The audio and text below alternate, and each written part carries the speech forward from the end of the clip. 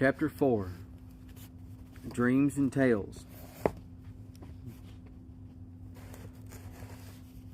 Arha was not well for several days. They treated her for fever.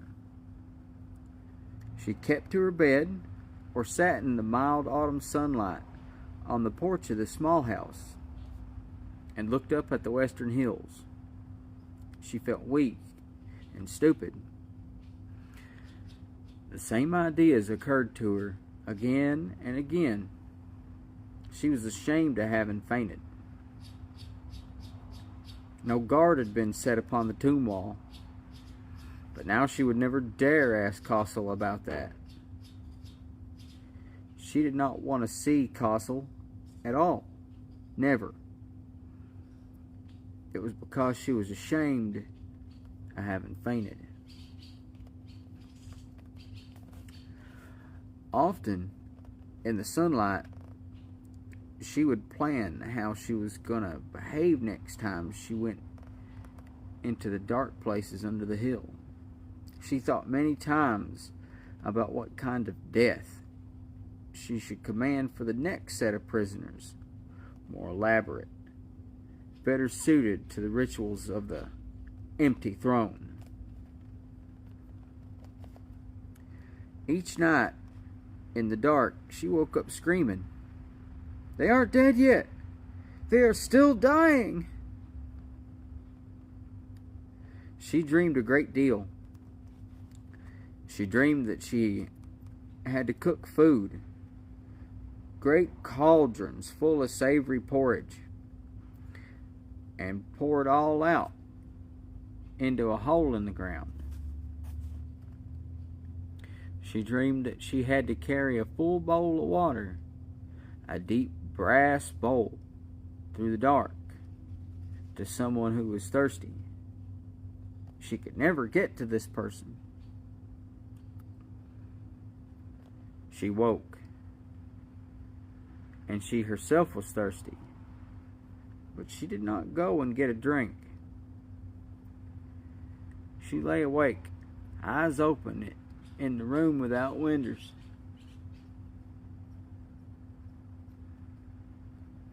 One morning, Penthe came to see her.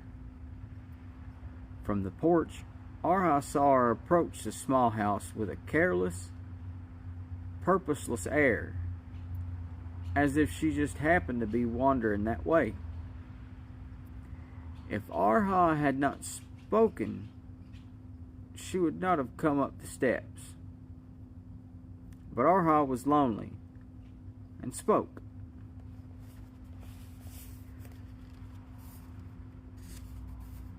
Penthe made the deep bow required of all who approached the priestess of the tombs, and then plopped down on the steps below Arha and made a noise like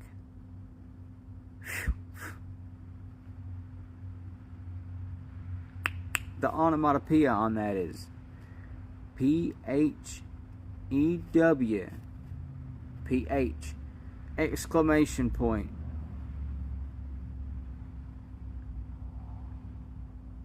That's a cool one, I guess.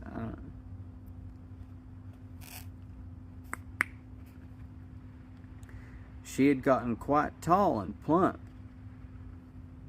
Anything she did turned her cherry pink. And she was pink now from walking. "I heard you were ill. I saved you out some apples." She suddenly produced a rush net containing 6 or 8 perfect yellow apples from somewhere underneath her voluminous black robe. She was now consecrated to the service of the God King,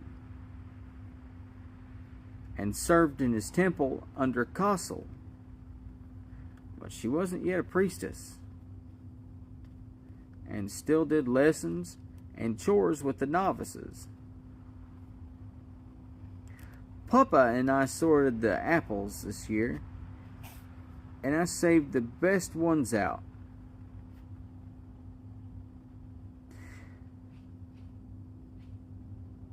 They always dry all the really good ones. Of course they keep the best, but it seems such a waste. Aren't they pretty? Arha felt the pale gold satin skins of the apples. Looked at the twigs to which brown leaves still delicately clung. They are pretty. Have one, said Penta. Not now. You do. Okay, I'm going to start calling her Penta just for consistency's sake. There's who this other character here, Papa. It's Poppe. So if we put like a, that don't really work with a Greek spelling. Why would they have two P's and then an E?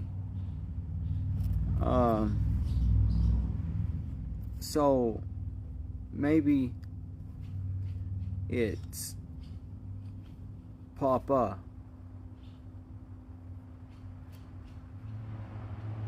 Papa. Like in German, they got the like spider is a Spinne, and that's Spinne.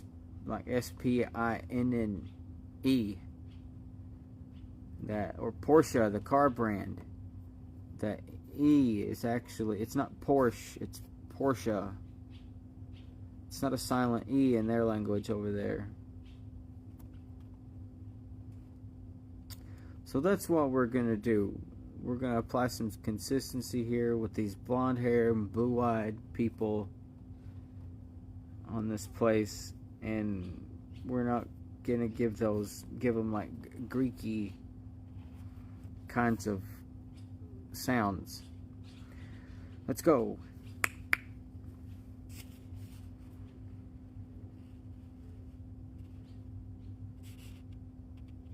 Papa and I sorted out the apples this year, and I saved the very best ones out. They always dry all the really good ones. Of course they keep the best, but it seems such a waste. Aren't they pretty? Arha felt the pale gold satin skins of the apples, looked at the twigs to which brown leaves still delicately clung. They are pretty. Have one, said Penta. Not now. You do. Penta selected the smallest out of politeness and ate it in about 10 juicy, skillful, interested bites. I could eat all day, she said. I never get enough. I wish I could be a cook instead of a priestess. I'd cook better than that old skinflint Nathaba. And besides, I'd get to lick the pots. Oh, did you hear about Munith? She was supposed to be polishing those brass pots they keep the rose oil in. You know, those long, thin sort of jars with stoppers. And she thought she was supposed to clean the insides too. So she stuck her hand in with a rag around it, you know. And then she couldn't get it out. She tried so hard, it got all puffed up and swollen at the wrist, you know. So that she really was stuck. And she went galloping all over the dormitories yelling, I can't get it off! I can't get it off! And Punty's so deaf now, he thought it was afar and started screeching at the other wardens to come and rescue the novices. And Watto was milking and came running out of the pen to see what was the matter. and left the gate open. And all the milk goats got out and came charging into the courtyard and ran into Punty and the wardens and the little girls, and Munith waving this brass pot around on the end of her arm and having hysterics. And they were all sort of rushing around down there when Castle came down from the temple. And she said, "What's this? What's this?" Pintha's fair, round face took on a repulsive sneer, not at all like Castle's cold expression.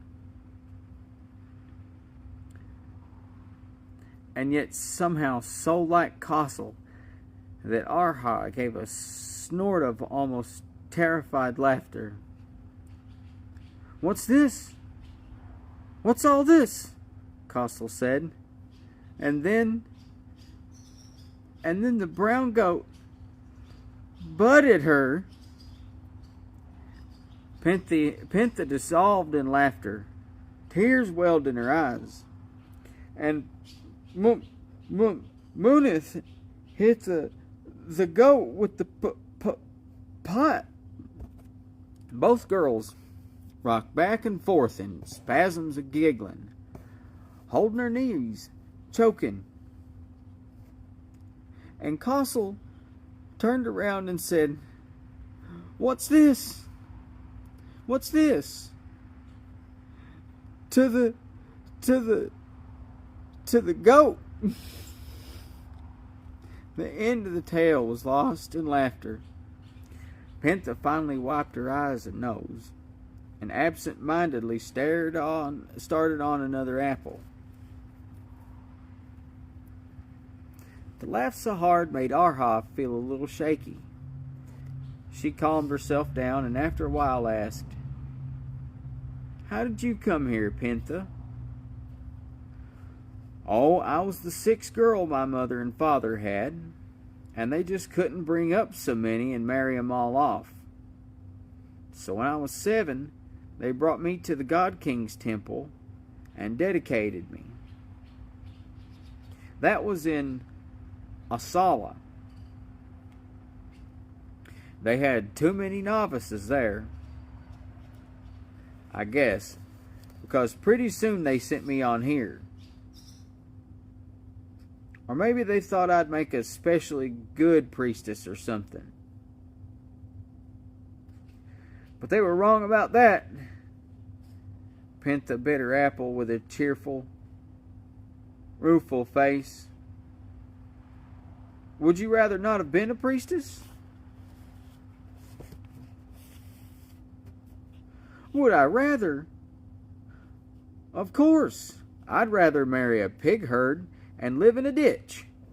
I'd rather anything than stay buried alive here all my born days with a mess of women in a perishing old desert where nobody ever comes.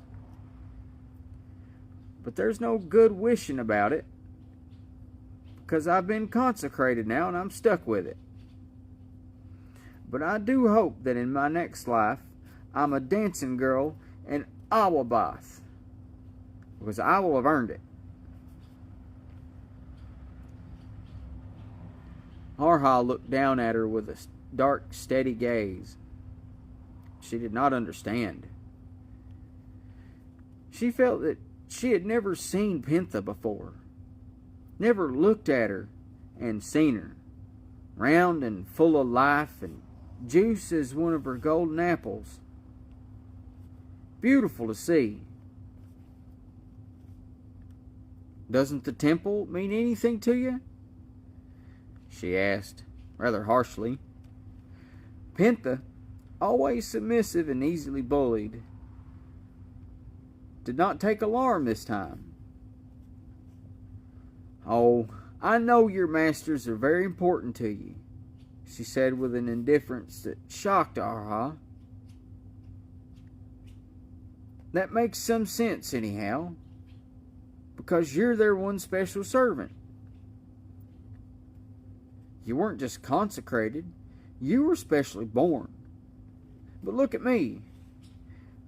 Am I supposed to feel so much awe and so on about being the God King? So much awe and so on? Am I supposed to feel so much awe and so on about the God King? Okay, that's how that's supposed to go.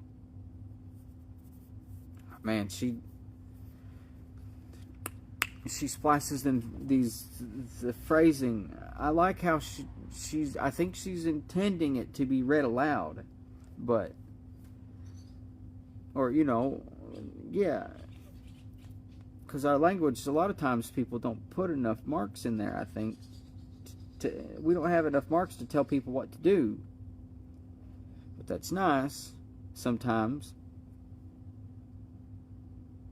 And she gets after it. Anyway.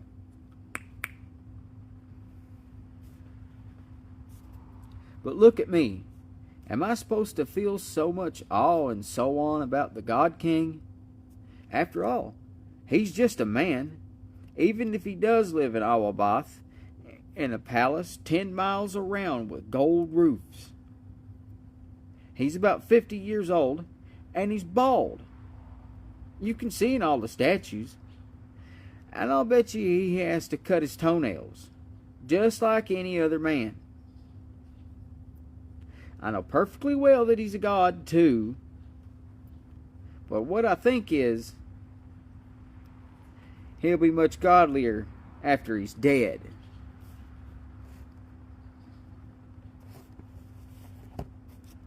Arha agreed with Pintha, for secretly she had come to consider the self-styled divine emperors of Kargad as upstarts, false gods trying to filch the worship due to the true and everlasting powers.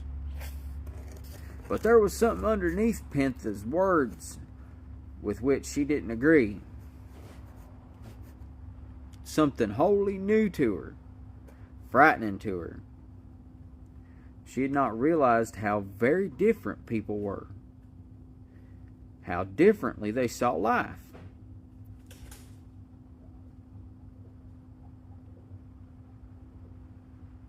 She felt as if she had looked up and suddenly seen a whole new planet hanging huge and populous right outside the window.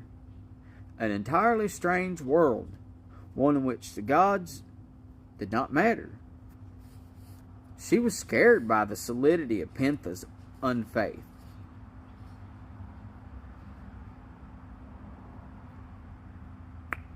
I like that. Scared by the solidity of Pintha's unfaith. It's very interesting. In like a mirror magic way. Alright. She was scared by the solidity of Pintha's unfaith. Scared. She struck out. That's true. My masters have been dead a long, long time. And they were never men. Do you know, Pintha, I could call you into the service of the tombs. She spoke pleasantly, as if offering her friend a better choice. The pink went right out of Pintha's cheeks. Yes, she said, you could, but I'm not the sort that would be good at that. Why? I'm afraid of the dark, Pintha said in a low voice. Arha made a little sound of scorn, but she was pleased. She had made her point. Pintha might disbelieve in the gods, but she feared the unnameable powers of the dark, as did every mortal soul. I wouldn't do that unless you wanted to, you know, Arha said. A long silence fell between them. You're getting to be more and more like Thar, Pentha said, in her soft, dreamy way. Thank goodness you're not getting like Castle, but you're so strong. I wish I were strong. I just like eating. Go ahead, Arha said, superior and amused. And Pentha slowly consumed a third apple down to the seeds. The demands of the endless ritual of the place brought Arha out of her privacy a couple of days later. Twin kids had been born out of season to a she-goat and were to be sacrificed to the twin god-brothers as the custom was. An important rite at which the first priestess must be present.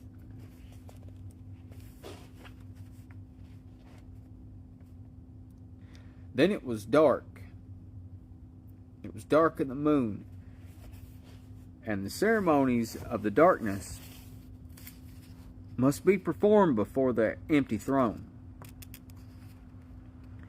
Arha breathed in the drugging fumes of herbs burning in broad trays of bronze before the throne, and danced solitary in black. She danced for the unseen spirits of the dead and the unborn. As she danced, the spirits crowded the air around her, following the turn and spin of her feet and the slow, sure gestures of her arms. She sang the songs whose words no man understood, which she had learned syllable by syllable long ago from Thar. A choir of priestesses hidden in the dusk behind the great double row of columns echoed the strange words after her, and the air in the vast, ruinous room hummed with voices, as if the crowded spirits repeated the chants again and again.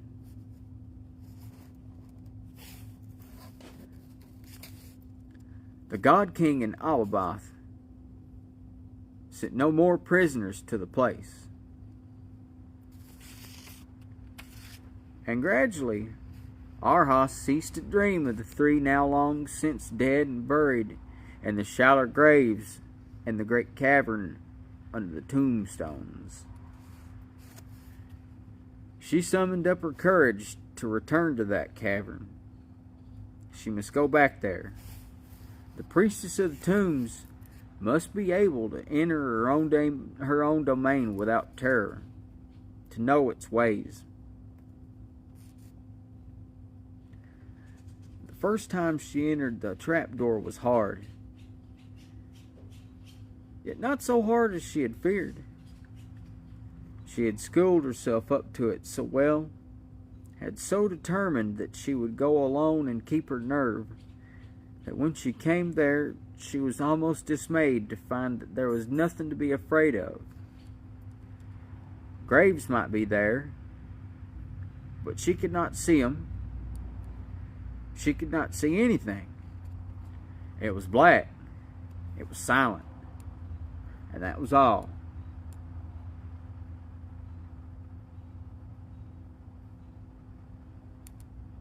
Day after day she went there, always entering by the trapdoor in the room behind the throne, until she knew well the whole circuit of the cavern, with its strange sculptured walls, as well as one can know what one cannot see. She never left the walls, for in striking out across the great holler, she might soon lose the sense of direction in the darkness, and so, blundering back at last to the wall, not know where she was. For as she had learned the first time, the important thing down in the dark places was to know which turnings and openings one had passed, and which were to come. It must be done by counting, for they were all alike to the groping hands.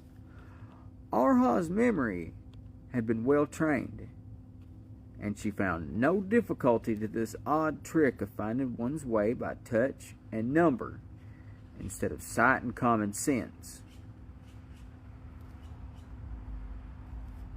She soon knew by heart all the corridors that opened off of the undertomb, and the lesser maze that lay under the hall of the throne and the hilltop.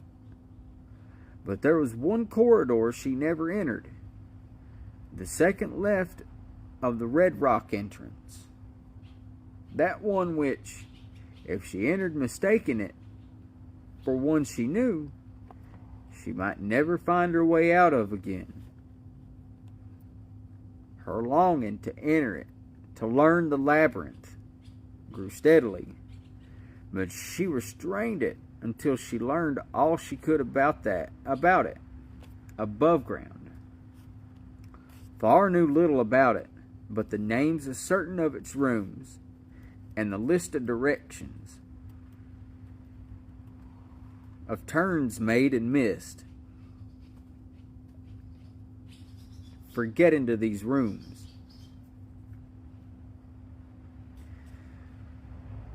She would tell these to Arha, but she would never draw them in the dust, or even with the gesture of a hand in the air. And she herself had never followed them.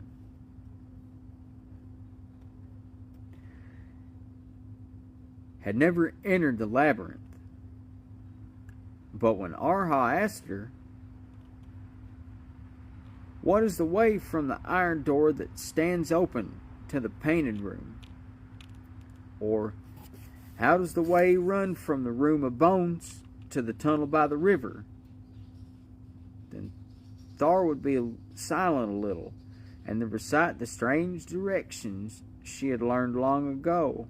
She had learned long before from Arha that was, so many crossings passed, so many left-hand turns taken, and so on, and so on.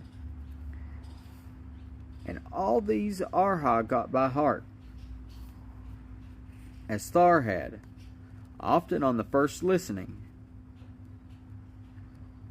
When she lay in bed nights, she would repeat them to herself, trying to imagine the places, the rooms, the turnings.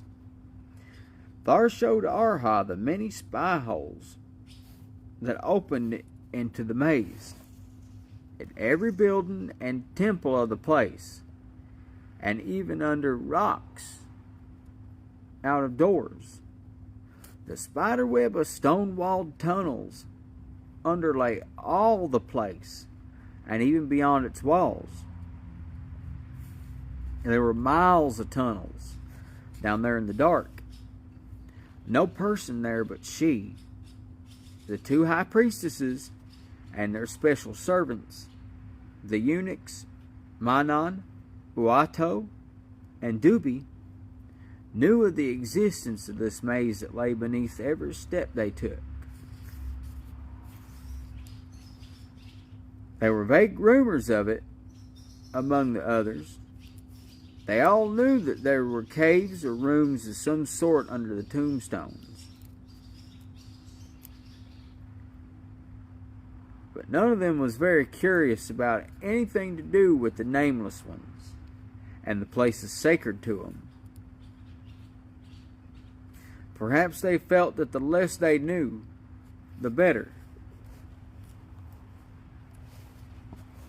Arha, of course, had been intensely curious, and knowing that there were spy holes into the labyrinth, had sought for them. Yet they were so well concealed in the pavements of the floors or in the desert ground, that she had never found one. Not even the one in her own small house, until Thar showed it to her. One night in early spring, she took a candle lantern and went down with it, unlit, through the undertomb to the second passage to the left of the passage from the red rock door. In the dark, she went some 30 paces down the passage and then passed through a doorway, feeling the iron frame set in the rock, the limit, until now, of her explorations. Past the iron door, she went a long way along the tunnel. And when at last it began to curve to the right, she lit her candle and looked about her. For light was permitted here. She was no longer in the undertomb.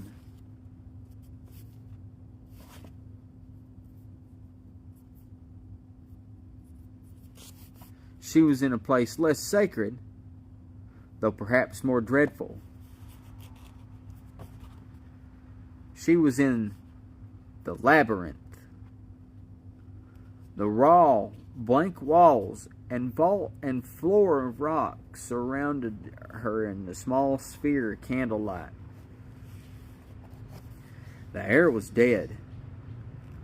Before her and behind her, the tunnel stretched off into darkness. All the tunnels were the same, crossing and recrossing. She kept careful count of her turnings and passings, and recited Thar's directions to herself, though she knew them perfectly. For it would not do to get lost in the labyrinth.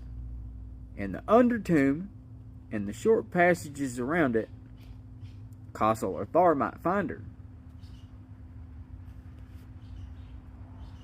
Or Manon come seeking for her. For she had taken him there several times. Here, none of them had ever been, only she herself.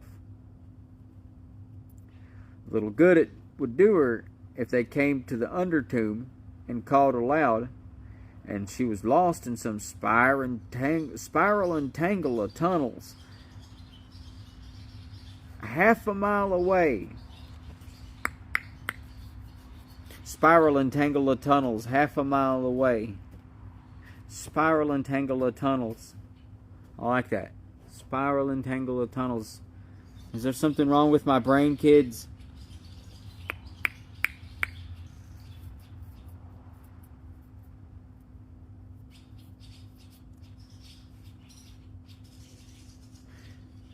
Little good it would do her if they come to the undertomb and called aloud, and she was lost in some spiral and tangle of tunnels half a mile away.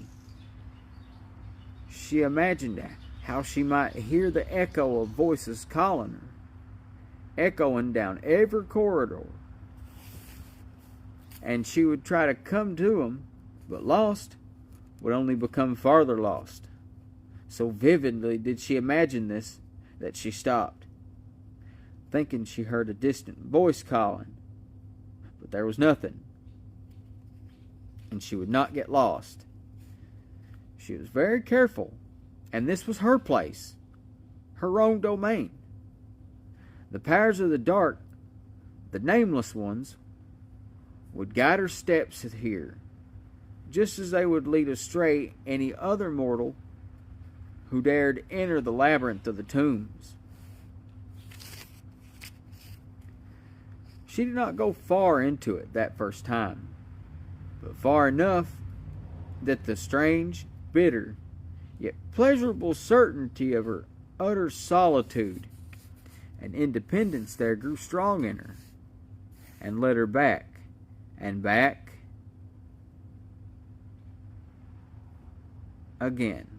And each time farther, she came to the painted room and the 6 ways, and followed the long outmost tunnel and penetrated the strange tangle that led to the room of bones. "When was the labyrinth made?" she asked Thar. And the stern, thin priestess answered, "Mistress, I do not know. No one knows." "Why was it made?" "For hiding away of the treasures of the tombs, and for the punishment of those who tried to steal those treasures. All the treasures I've seen are in the rooms behind the throne, and the basements under it. What lies in the labyrinth?" "A far greater and more ancient treasure. Would you look on it?" "Yes. None but you may enter the treasury of the tombs. You may take your servants into the labyrinth, but not into the treasury. If even Manan entered there, the anger of the dark would waken. He would not leave the labyrinth alive. There you must go alone, forever. I know where the great treasure is. You told me the way 15 years ago before you died, so that I would remember and tell you when you returned. I can tell you the way to follow in the labyrinth, beyond the painted room. And the key to the treasury is that silver one on your ring, with a figure of a dragon on the haft. But you must go alone. Tell me the way." Thar told her, and she remembered, as she remembered all that was told her. But she did not go to see the great treasure of the tombs. Some feeling that her will or her knowledge was not yet complete held her back. Or perhaps she wanted to keep something in reserve, something to look forward to, that cast a glamour over those endless tunnels through the dark that ended always in blank walls or bare dusty cells. She would wait a while before she saw her treasures. After all, had she not seen them before?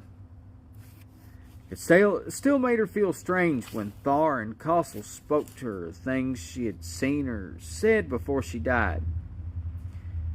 She knew that indeed she had died, and she had been reborn in a new body at the hour of her old body's death, not only once, 15 years ago, but 50 years ago, and before that, and before that, back down the years and hundreds of years, generation before generation,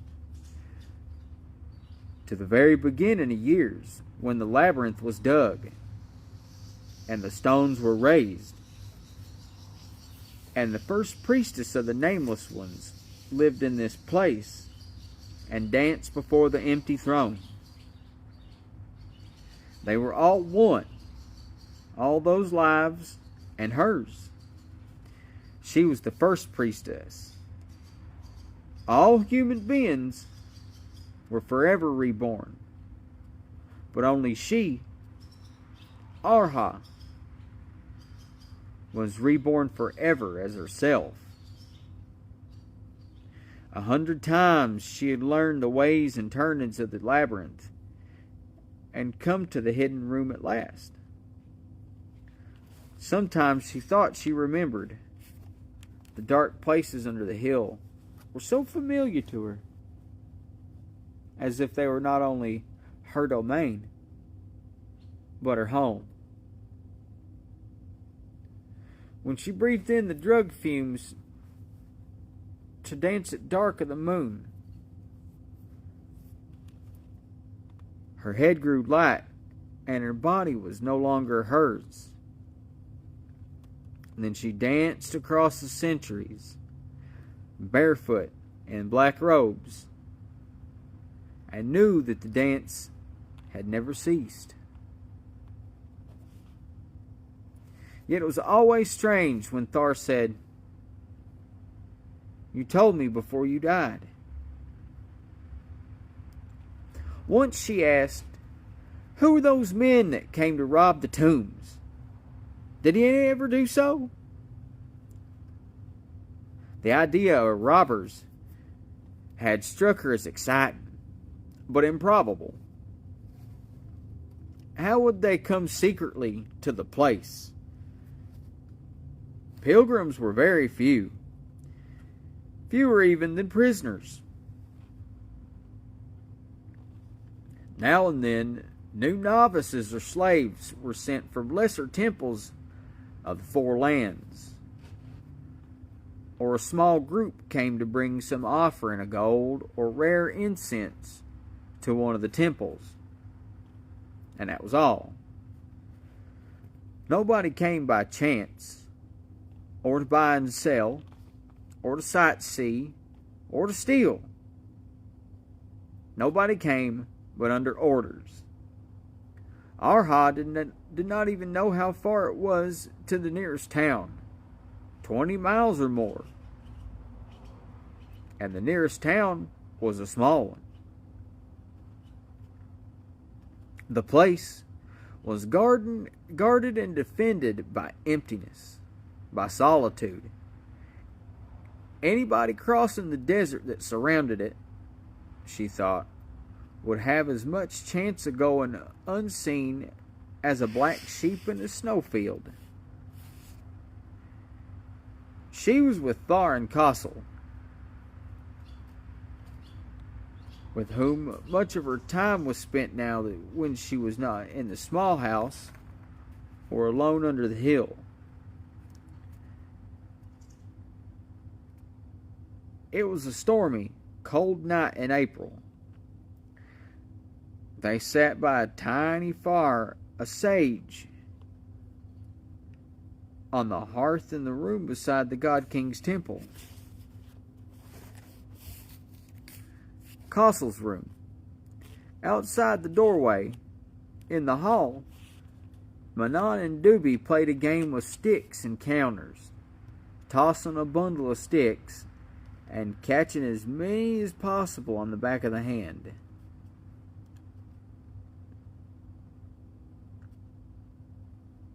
Alright.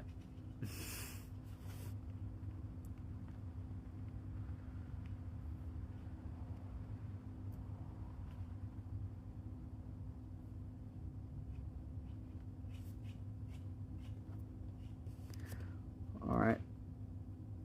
Manon and Doobie played a game with sticks and counters, tossing a bundle of sticks and catching as many as possible on the back of the hand. I'm sorry, I had a little, it's getting late for me. And also I was trying to imagine that game, what that was actually. Anyway, Manon and Arha still sometimes played that game, in secret, in the inner courtyard of the small house. The rattle would drop sticks, the husky mumbles of triumph and defeat.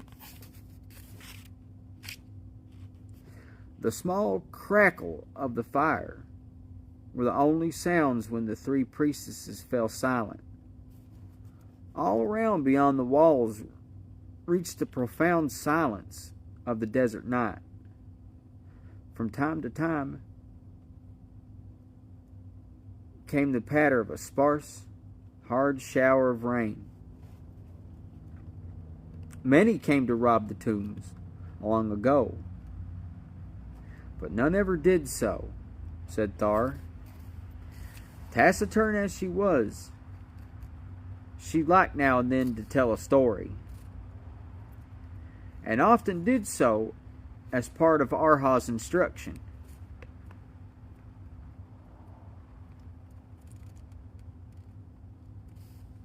She looked tonight as if a story might be gotten out of her. How would any man dare? They would dare, Kossel said. They were sorcerers, wizard folk from the inner lands. That was before the god kings ruled the Kargad lands. We were not so strong then. The wizards used to sail from the west to Karigo-At and Atuan to plunder the towns on the coast, loot the farms, even come into the sacred city, Awabath.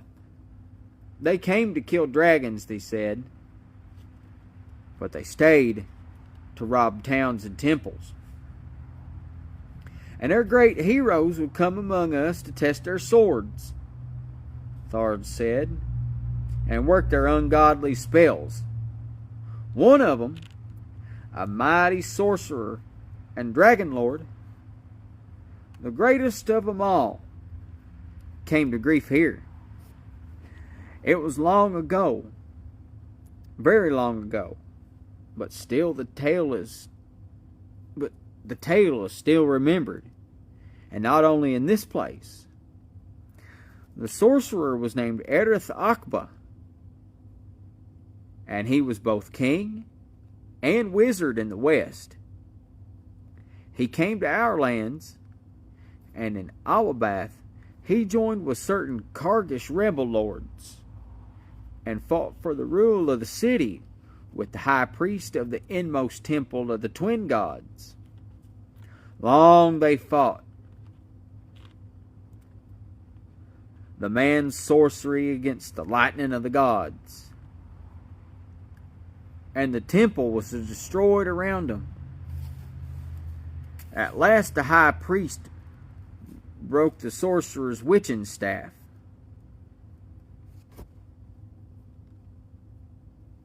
Broke in half his amulet of power and defeated him. He escaped from the city and from the Kargish lands and fled clear across Earthsea to the farthest west. And there a dragon slew him because his power was gone.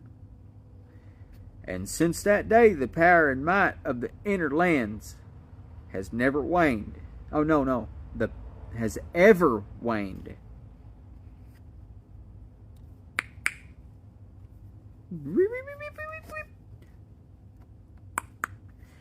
And since that day, the power and might of the inner lands has ever waned. Now the high priest was named Intathin, and he was the first of the house of Tarb, that lineage from which, after the fulfillment of the prophecies and the centuries, the priest kings of Karigo-At were descended, and from them the god kings of all Kargad. So it is that since the day of Intathin, the power and might of the Kargish lands has ever grown. Those who came to rob the tombs, they were sorcerers, trying to get back the broken amulet of Erith Akba.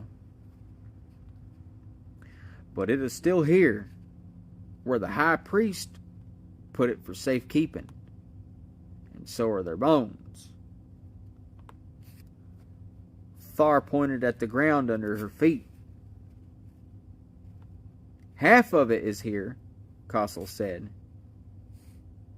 and the other half lost forever How lost? Asked Arha. The one half in Intathin's hand was given by him to the treasury of the tombs, where it should lie safe forever. The other remained in the sorcerer's hand, but he gave it before he fled to a petty king, one of the rebels, named Thoreg of Hupun. I do not know why he did so.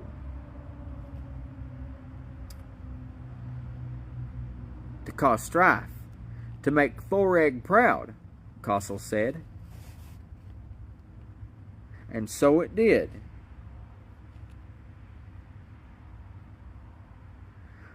The descendants of Thoreg rebelled again when the house of Tarb ruled, and yet again they took arms against the first God King, refusing to acknowledge him as either king or God. They were an accursed and sorcelled race. They are all dead now. Thar nodded. The father of our present God King, the Lord who has arisen, put down that family of Hupun and destroyed their palaces. When that was done, the half amulet, which they had kept ever since the days of Arathakba and Intathin, was lost. No one knows what became of it. And that was a lifetime ago. It was thrown out as trash, no doubt, Kossel said. They say it doesn't look like anything of value, the ring of Arathakba.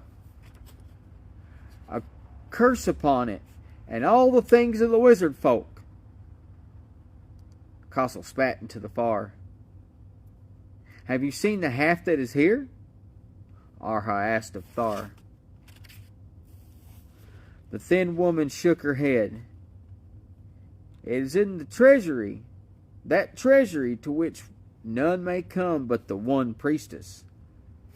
It may be the greatest of all the treasures there. I do not know. I think perhaps it is. For hundreds of years, the inner lands sent thieves and wizards here to try and steal it back. And they would pass by open coffers of gold, seeking that one thing. It is very long since Arathakba and Intathin lived. And yet still the story is known and told, both here and in the West. Most things grow old and perish as the centuries go on and on. Very few are the precious things that remain precious, or the tales that are still told. Arha brooded a while and said, they must have been very brave men, or very stupid, to enter the tombs. Don't they know the powers of the nameless ones? No, Kossel said in her cold voice. They have no gods. They work magic and think they are gods themselves, but they are not. And when they die, they are not reborn. They become dust and bone, and their ghosts whine on the wind a little while till the wind blows them away.